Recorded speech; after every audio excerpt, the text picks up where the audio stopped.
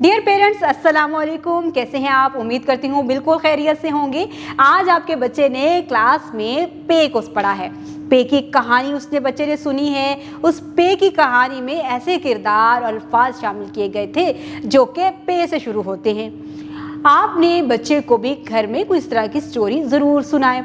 इसके बाद बच्चे ने पे की शक्ल की पहचान की, आधी शक्ल की पहचान की, उससे नए अल्फाज सीखे, उनके हिज्जों की पहचान की, पे को लिखना भी सीखा है और साथ ही साथ क्लास में जितनी भी स्टीम एक्टिविटीज़ करवाई गई हैं आपके बच्चे ने उसमें बहुत ही अच्छे तरीके से इन्वॉल्व होके उनको परफॉर्म भी किया है। आप बच्चे को क्लास में जो काम करवाया गया था उसी के मुताबिक होमवर्क भी दिया गया है।